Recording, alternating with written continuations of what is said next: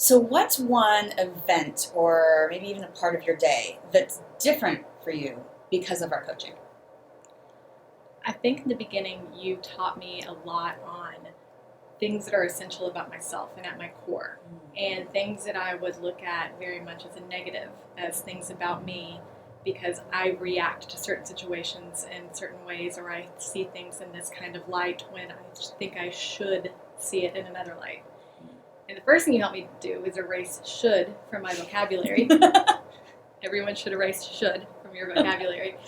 Um, but what you helped me with and then kind of pulled out of me was that what was at the core of myself wasn't a bad thing, and how to use that in a positive way and how to look at it from a different perspective so it wasn't just a negative.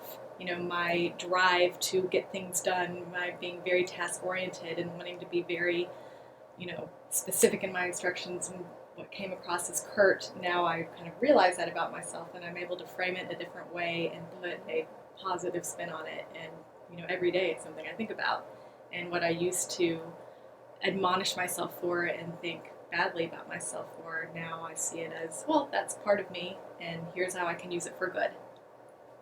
If I hadn't done any coaching right now, I think I would still be moving forward in my life and making progress, but that element of not being so sure and not being super aware of what's going on in your life and how you're dealing with it and how you're processing it.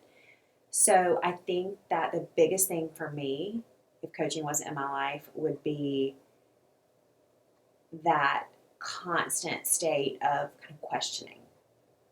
Is this right for me? And do I need to be doing something else?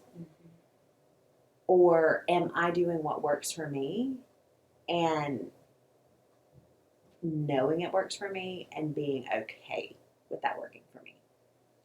So there would be a lot of questioning, I think, about myself and life in general if I didn't have that coaching, which makes you really check in with yourself. What is scary to think about is I know for sure that it would be a continuation of the spiral. When people say you're spiraling out of control, sometimes that's just how you function, and you're going in circles and nowhere fast.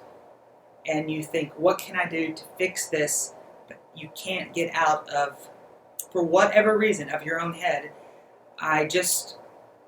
Number one, I wouldn't be at peace. Like the inner peace and calmness in the morning when you're having your coffee and you think, it just feels so good and calm and chill. Even when you have a big, busy day, like that inner calmness is priceless.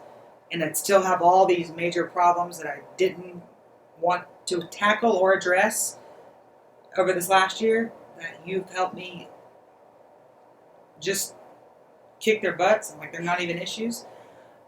So I would just be aging and getting older and living the same cycle without having that joy, that inner peace and that joy where you can be present now with your kid or with yourself or your partner, just to enjoy this. I know it sounds kind of silly, but time is ticking, and I don't want to ever move forward living that constant state of, ugh.